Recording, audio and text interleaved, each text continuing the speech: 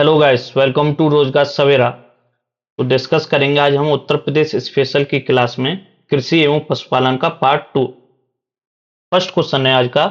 Chia के बीज अब उत्तर प्रदेश में उगाए जा रहे हैं, वह किसके अच्छे सोर्स हैं, किसके अच्छे स्रोत हैं? तो ये ओमेगा 3 वसा अम्ल और रेशा इसके अच्छे ये सोर्स हैं, तो ऑप्शन सी इसमें राइट आंसर हो जाएगा। ठीक है। इसके अलावा आपको यह भी पता होना चाहिए कि मुख्य रूप से चिया के बीज सबसे अधिक कौन उत्पादन करता है इनका? तो मैक्सिको। मैक्सिको विश्व में सबसे अधिक चिया के बीज का उत्पादन करता है, ये फैक्ट भी आपको पता होना चाहिए। तो ओमेगा 3 वसा अम्ल, फाइबर, प्रोटीन, एंटीऑक्सीडेंट और खनिजों से ये भरपूर होते हैं। नेक्स्ट क्वेश्चन है, वर्षा और मिट्टी के प्रकार के आधार पर उत्तर प्रदेश में कितने कृषि जलवायु क्षेत्र हैं, यानी कि एग्रो क्लाइमेटिक जोन्स कितने? ये क्वेश्चन कई बार एग्जाम में आया है, इसलिए रिपीट हुआ और कई बार रिपीट होगा आगे भी, क्योंकि कई बार पूछा गया है। तो उत्तर प्रदेश में कितने एग्रो क्लाइमेटिक जोन है? 9। ये फैक्ट आपको याद रखना है। इसके साथ साथ आपको यह भी याद रखना है कि उत्तर प्रदेश में कुल मृदा समूह कितने हैं, तो इसमें कंफ्यूज नहीं होना है। एग्रो क्लाइमेटिक जोन में और मृदा समूह में उत्तर प्रदेश में मृदा समूह कितने हैं? 8।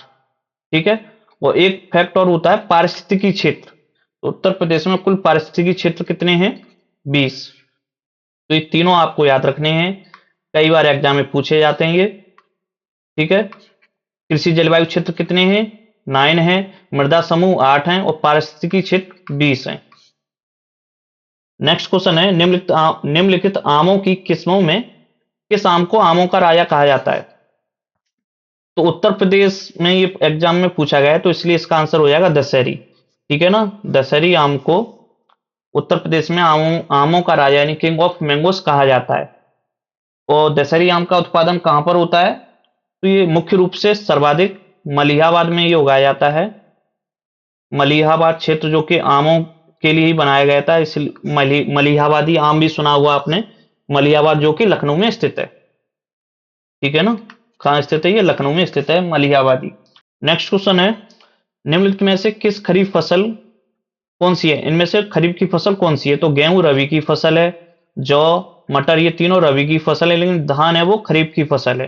ठीक है। तो ऑप्शन बी इसमें राइट आंसर होगा। क्वेश्चन नंबर 25, उत्तर प्रदेश की सबसे महत्वपूर्ण नकदी फसल कौन सी है, यानी कैश क्रॉप कौन सी है? तो उत्तर प्रदेश की सबसे महत्वपूर्ण कैश क्रॉप है गन्ना। ऑप्शन बी इसमें राइट आंसर होगा। गन्ना जो कि उत्तर प्रदेश की सबसे महत्वपूर्ण कैश क्रॉप है। अच्छा, गन्ना से संबंधित आपको दो फैक्ट याद रखने हैं, कई बार एग्जाम पूछा गया है। दो क्वेश्चन बनते हैं। एक होता है केंद्रीय गन्ना अनुसंधान संस्थान कहां पर स्थित है? केंद्रीय गन्ना अनुसंधान संस्थान। ठीक है। और एक सवाल आता है गन्ना से ही कि गन्ना प्रजनन संस्थान कहां पर स्थित है? गन्ना प्रजनन संस्थान, तो गन्ना प्रजनन संस्थान कोयम्बटूर में स्थित है। कोयम्बटूर जो कि तमिलनाडु में स्थित है। ठीक है। ये कहां पर स्थित है? कोयम्बटूर में। ईसा फाउंडेशन अगर आपने सुना हुआ तो कोयम्बटूर को आप जानते होंगे। इसके अलावा जो केंद्रीय गन्ना अनुसंधान संस्थान है यानी कि भारतीय गन्ना अनुसंधान संस्थान है, ये लखनऊ में स्थित है। तो दोनों ही ऑप्शन में दिए जाते हैं जब भी ये सवाल पूछा जाता है। केंद्रीय गन्ना अनुसंधान संस्थान कहां पर स्थित है? लखनऊ में। गन्ना प्रजनन संस्थान कहां पर स्थित है? कोयम्बटूर में। क्वेश्चन नंबर 26 है, निम्नलिखित फसलों में समूह का उत्तर प्रदेश किसका सबसे बड़ा उत्पादक है? तो जौ, गन्ना, सरसों, गेहूं। ऑप्शन ए इसमें राइट आंसर हो जाएगा। जौ, गन्ना, सरसों, गेहूं का उत्तर प्रदेश सर्वाधिक उत्पादन करता है। गेहूं उत्पादन में उत्तर प्रदेश प्रथम स्थान पर रहता है हमेशा, और गेहूं का जो प्रोडक्शन रहता है उत्तर प्रदेश का वो हमेशा सरप्लस रहता है। ठीक है। गन्ना उत्पादन में भी उत्तर प्रदेश हमेशा प्रथम रहता है। अभी वर्तमान में जो नवीनतम आंकड़े आए उनमें सरसों उत्पादन में उत्तर प्रदेश थर्ड स्थान पे, तृतीय स्थान पे है। क्वेश्चन नंबर 27 है, उत्तर प्रदेश में जायद फसलें कब से कब तक बोई जाती हैं, कब से कब तक काटी जाती हैं? तो जायद की फसलें उत्तर प्रदेश में मुख्य रूप से ये मार्च में बोई जाती हैं और जून में काटी जाती हैं, यानी ऑप्शन ए इसमें राइट आंसर होगा।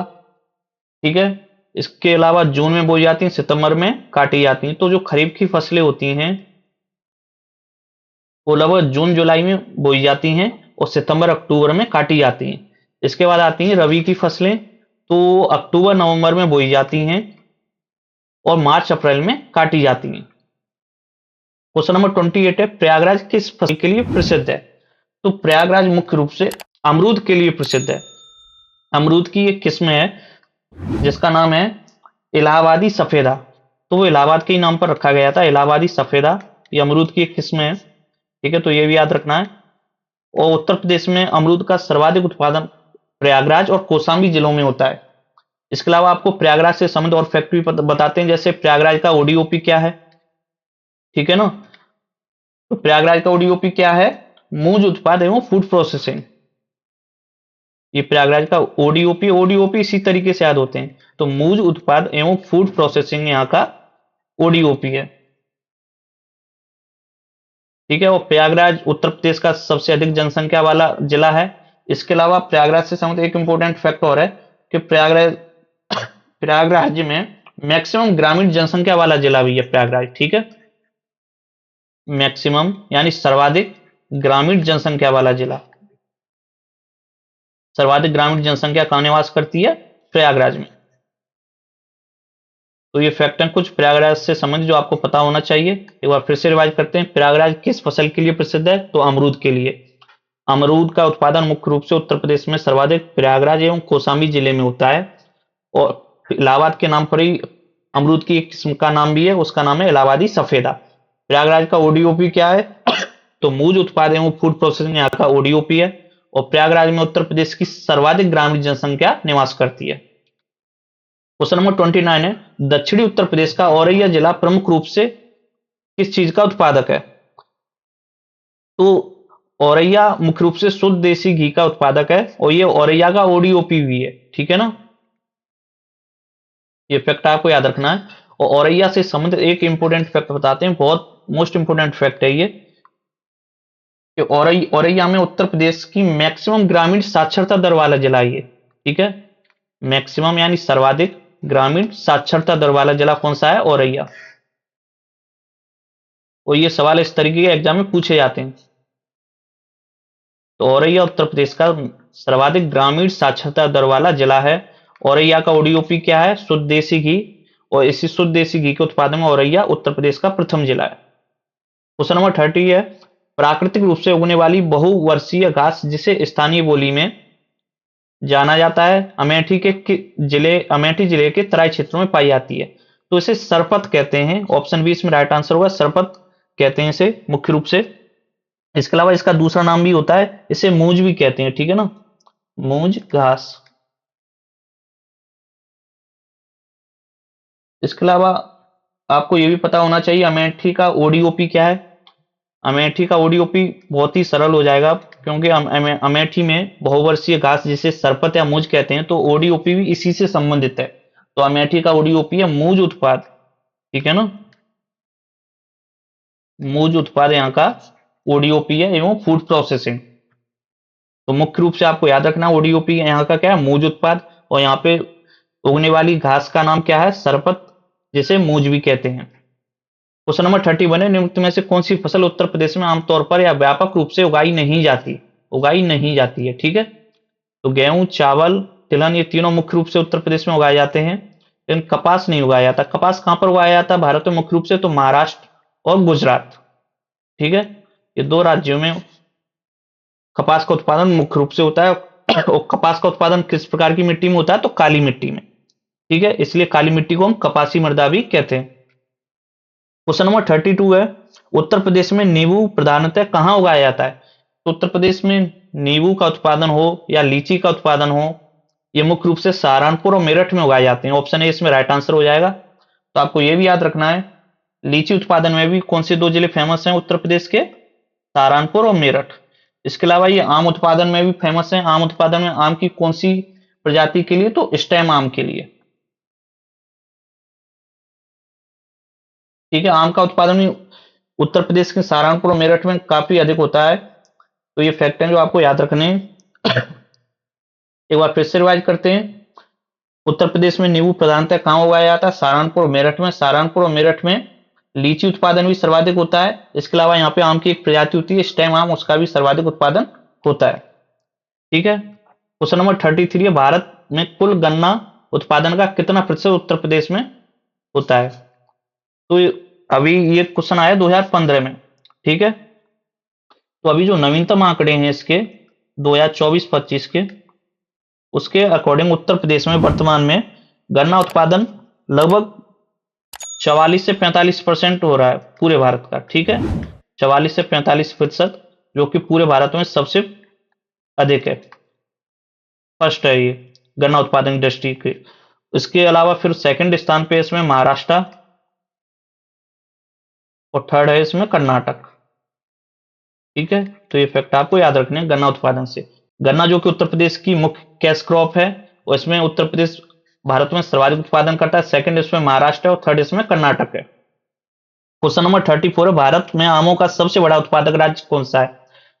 तो उत्तर प्रदेश है इसमें, ऑप्शन डी इसमें राइट आंसर हो जाएगा। आमों का, गन्ना का, दूध का, आलू का, गेहूं का, इन सभी उत्पादन में उत्तर प्रदेश प्रथम स्थान पर है।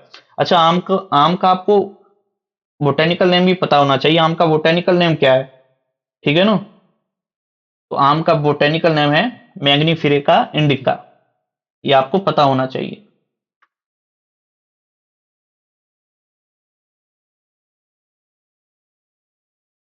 ये आम का बोटेनिकल नेम है मैग्नीफेरा इंडिका। क्वेश्चन नंबर 35 है, इनमें से कौन सी मुख्य एजेंसियों में से एक नहीं है जो उत्तर प्रदेश में भारी मात्रा में अनाज भंडारण में शामिल है?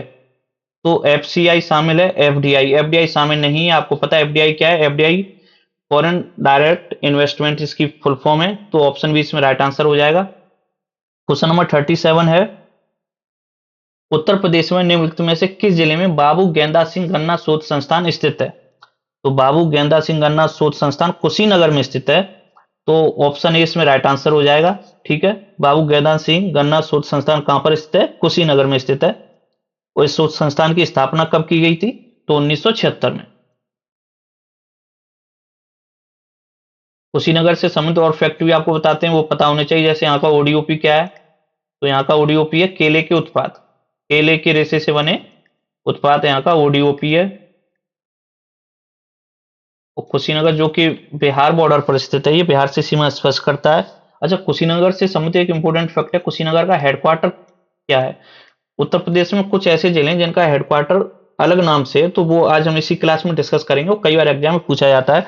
तो कुशीनगर का हेडक्वार्टर है पडरौना। ठीक है, तो ये मोस्ट इंपोर्टेंट है, ये कई बार एग्जाम में पूछा जाता है। तो कुशीनगर से संबंधित ये फैक्ट आपको याद होना चाहिए। इसके अलावा कुशीनगर में एक स्तूप भी पाया जाता है, बहुत ही इंपोर्टेंट, उसका नाम क्या है? रामभर स्तूप। ठीक है, और जब आप 16 महाजनपद पढ़ते हैं, 16 महाजनपद में मल्लगढ़ राज्य था, तो पूर्वी मल्लगढ़ राज्य की राजधानी क्या था? कुशीनगर। क्वेश्चन नंबर 38 है, उत्तर प्रदेश का बीज प्रमाणीकरण ब्यूरो कहां स्थित है? तो ये आलमबाग में स्थित है, आलमबाग जो कि लखनऊ में स्थित है। ठीक है, ये पता होना चाहिए आपको, आलमबाग में स्थित है। अच्छा, लखनऊ का ओडीओपी क्या है? तो लखनऊ का ओडीओपी क्या है? चिकनकारी एवं जरी जरदौजी। चिकनकारी एवं जरी जरदौजी यहाँ का ओडीओपी है। लखनऊ इस बार 2025 में यूनेस्को द्वारा गैस्ट्रोनॉमी सिटी भी घोषित किया गया था पाक कला के लिए। भारत में भी वर्तमान में 2 गैस्ट्रोनॉमी सिटी हैं, हैदराबाद और लखनऊ। तो लखनऊ से संबंधित ये फैक्ट भी आपको पता होना चाहिए। नेक्स्ट क्वेश्चन है, उत्तर प्रदेश में आलू निर्यात जोन कहां स्थित है? तो आलू निर्यात जोन आगरा में स्थित है ये। ठीक है, ऑप्शन ए इसमें राइट आंसर होगा। और आलू उत्पादन में उत्तर प्रदेश का प्रथम स्थान रहता है। अच्छा, आगरा से संबंधित और फैक्ट बता दें, जैसे आगरा में कौन सा हवाई अड्डा है? तो खेरिया हवाई अड्डा।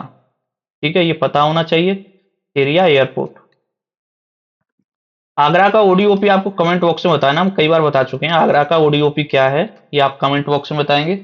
ठीक है, और आगरा में एक रामसर स्थल भी है, सूर्य सरोवर पक्षी विहार, जो कि एक रामसर स्थल भी है।